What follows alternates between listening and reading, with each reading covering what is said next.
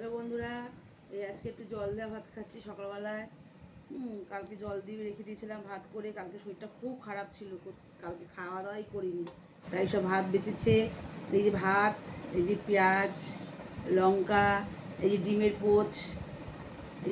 Poach, আর এই যে এখানে বড়া। কিসের বড়া তোমরা বলো তো, এটা কমেন্ট করে একটু বলো, এটা কিসের বড়া হতে পারে।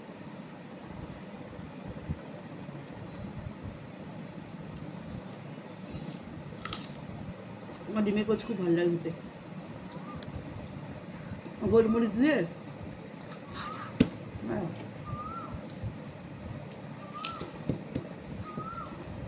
জলটা ভাত এই শরীরের মধ্যে সত্যিই উপকার। খাওয়া পেট ভীষণ ঠান্ডা থাকে। আমার কালকের থেকে খুব শরীর খারাপ ছিল জানো বন্ধুরা। কালকে যদি দুপুরে তোমাদের কাছে আসতে পারিনি, আমার খুব কষ্ট হয়েছে।